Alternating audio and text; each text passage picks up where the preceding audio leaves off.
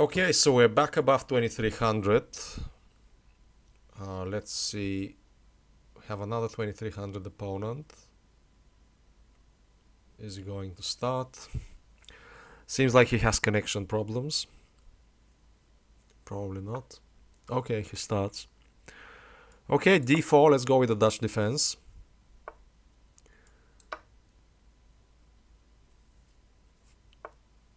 Okay, I actually like playing against this.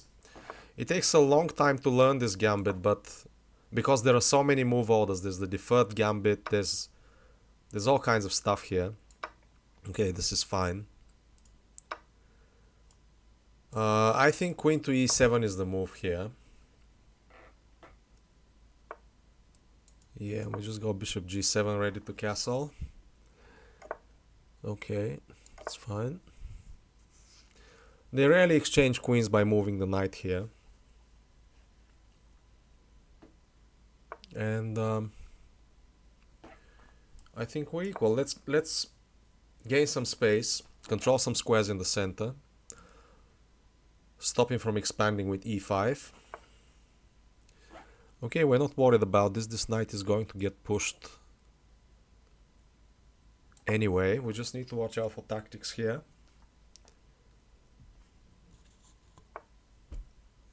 Yeah, I think he's getting a bit misplaced here.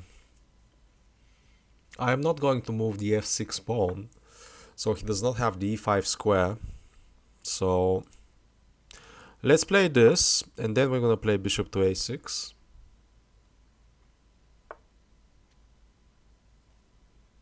Or do we just play bishop to g4 here? Interesting. Which knight is more dangerous? Because I can take either knight. The fact is I need to develop the bishop. Yeah, that much is clear. Okay, let's do this. And now he cannot really move this knight for a very long time. He has to move the queen, but when I develop the knight... If he wants to exchange queens, that's fine. Like, I'm playing black. I'm not afraid of making a draw here. Okay, this knight does not have any jumps. Let's open the A file if we can. Completely neutralizing all his knights. Do we go back? Can I just go back claiming that he's wasted tempi? And yeah, he's wasted tempi and he's gone back with the knight while all my pieces are active and developed. I think we can do that here. But now I just take here. I just take and his knight is staying on g1. So I'm then pushing the pawns and I have the better chances here for sure. I think we have the better chances here. Let's get the open file while we can. Even if he plays g5 and I have to play f5, he does not have this square because the bishop is guarding this square. So, does it make sense to move the queen away from his king?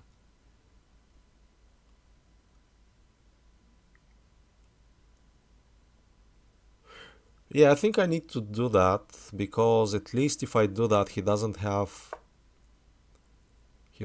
queen to d2, which might have been the move before.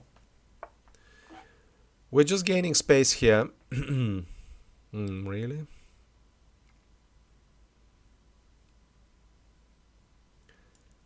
Okay.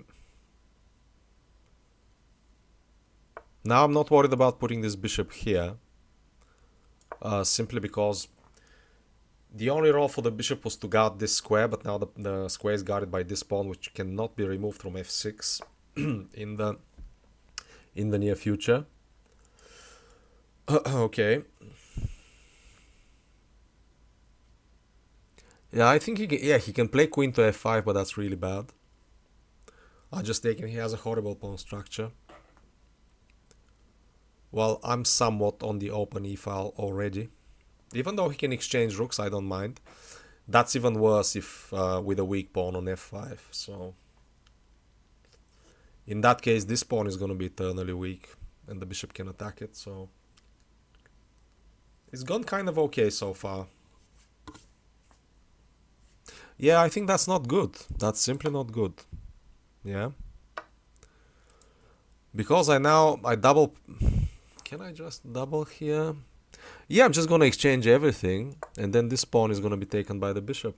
If he wants to... Yeah, that's fine. We can totally do that. And now I have moves like bishop to f4 even. Yeah, this is much better for me. Sacrifices against g5, maybe, maybe not. Okay, let's improve a little bit here. But no, I think this bishop needs to stay here, guarding this pawn.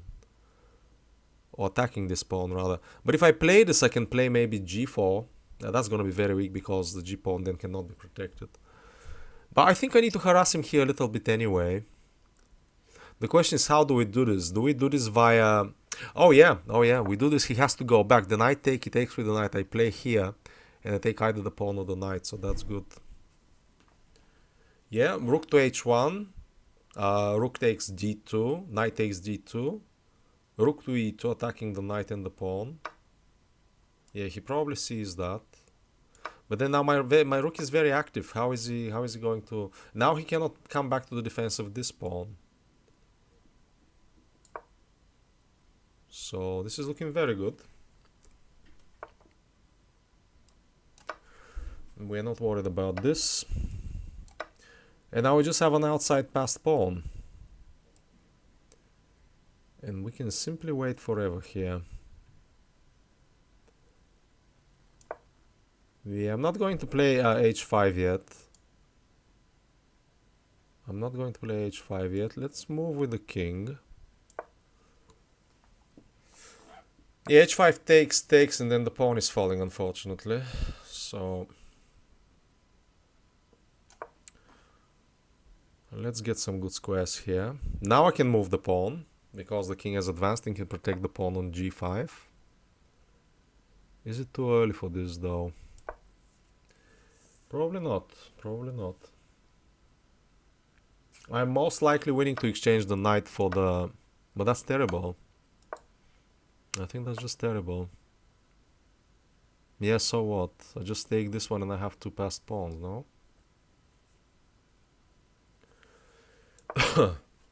I had something better, maybe. No, not at this stage. Yeah, let's just push here. Let's just push. And now I can do this. And now that's totally winning. Or is it? Is it really winning? Oh my god, there is no time. What am I doing? Yeah, I'm gonna get these pawns for sure. I'm gonna get these pawns now. 35 seconds. Let's focus. And now I can just play h2, and that's pretty much it.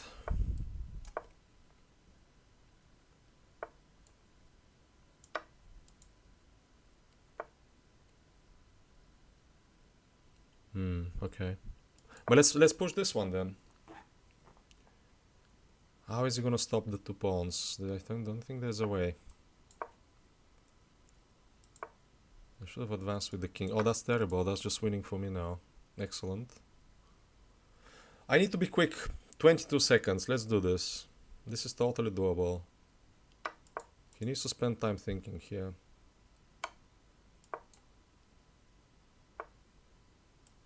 Okay, let's just take this. Let's just take this and not worry about anything else. Okay, I think this is the winning move.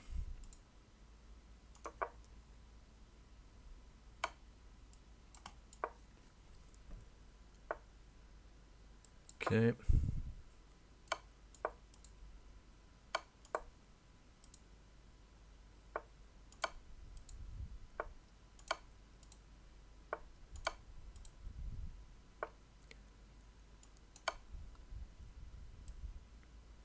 Yeah, only one move. King to e1 and then it's a checkmate.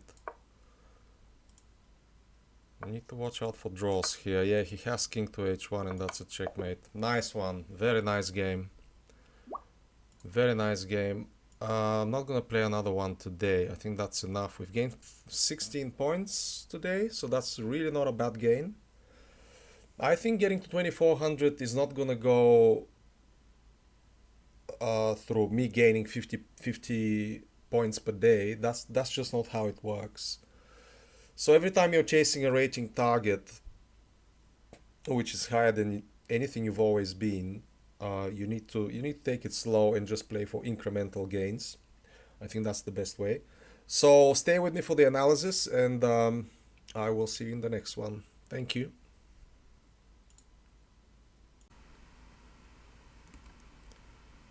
Here we have another Dutch defense and the Staunton Gambit on the board. A lot of people are afraid of the anti-Dutch gambits, and that's why they start the Dutch defense with something like e6, which I really don't believe in, simply because these gambits are no good for white. I mean, yeah, they lead to some complications, and the side that normally knows them better is more likely to win, but isn't that the case with any opening? What I mean is that objectively they don't offer any advantage for white, and they're very interesting to play, so I don't see a reason to avoid them as black, only to end up in some French defense looking like positions because you've played e6. I really don't think that's my cup of tea. That's not why I play the Dutch defense. I like play dynamically. I like playing for the win. So that is all you get with a normal Dutch defense move order, where you just start with f5. Right, let's look at the game. 94, and as I said already, the computer gives a small plus for black. And bear in mind, white has not gone wrong anywhere. These are kind of standard opening moves, which you're gonna see time and time again in your games in this gambit. I want to check the move bishop to h6, yeah, which is also good, because we're kind of stopping black from castling queenside with this move. And the bishop doesn't do much on g7 while the pawn is on f6. And at this point you have no reason to move the pawn because you can chase away the knight with d5. So yeah, this is also a decent way to play. But let's see what happened in the game. Yeah, bishop g7. King d8, funny enough, is a move here. I need to look into that. Okay, bishop g7. d5 was a better move. Let's see what happened after d5. Knight moves, queen takes, let's say bishop takes, c6, and you have the bishop pair. I think that is the plus you can get from playing like this, which is decent, I guess. I mean, is that why you play a gambit against any opening, to simply lose the bishop pair and claim no opening advantage whatsoever? I don't know. I just don't believe in these gambits for white. So let's see what happened in the game. Okay, these are all moves that lead to a good position for black. Yeah, the only thing is this h4, h5 advance, but you can stop it either like this, because he cannot move the knight. If he cannot move the knight, he cannot play f3 and chase the bishop away. So yeah, if he plays h5, we just take and we're fine. We're up a pawn. I don't see the initiative or the counterplay for white yet, so this square is perfectly safe. We just need to develop the knight, centralize the rooks, and continue with our pawn storm on the queen side. I don't see the problem for black here. So what happened in the game? Okay, here taking with the knight was better. Yeah, because after, again, I don't think there's much of a difference, but computer thinks there's a big difference. So let's see why takes. I can take on g4. That's why. Yeah, of course. I thought that these exchanges were simply good for me because they remove defenders from the king.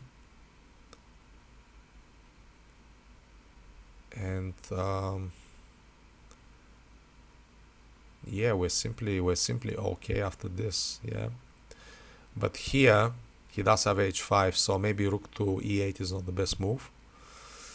Queen f4, immediately activating the queen, which is a common motif in the Dutch defense. Normally the side that wins is the side that has the more active queen, due to the mutual threats against your kings. Okay, now h5 doesn't work because of f5 takes, fg4. What if he takes with the rook? Can he do that? Queen f2. Yeah, the bishop is defending everything, but oh, sorry, he cannot do that, obviously. Queen b5 is very interesting here. Queen f5 and we're fine. We're more than okay, and we have a passed pawn. So I would say this position is better for black.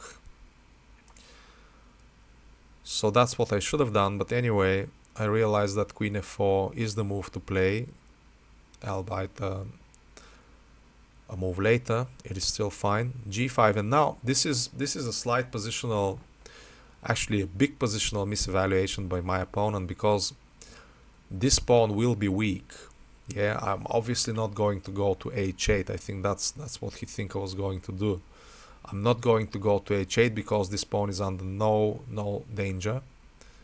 And if we go here, that is a permanent weakness on h6. And I think that's what lost my opponent the game. I'm quite happy with the way I played here. Okay, queen exchange benefits me because I'm super active in this position. And as we said, this pawn becomes a liability. There's no way to save it. And this is just completely winning for black because of this passed pawn. Yeah, I really like the way I played in this game. My conversion was spot on. I exploited the positional subtleties very well. And naturally I won. So good game. Thank you for watching, and I'll see you in the next one.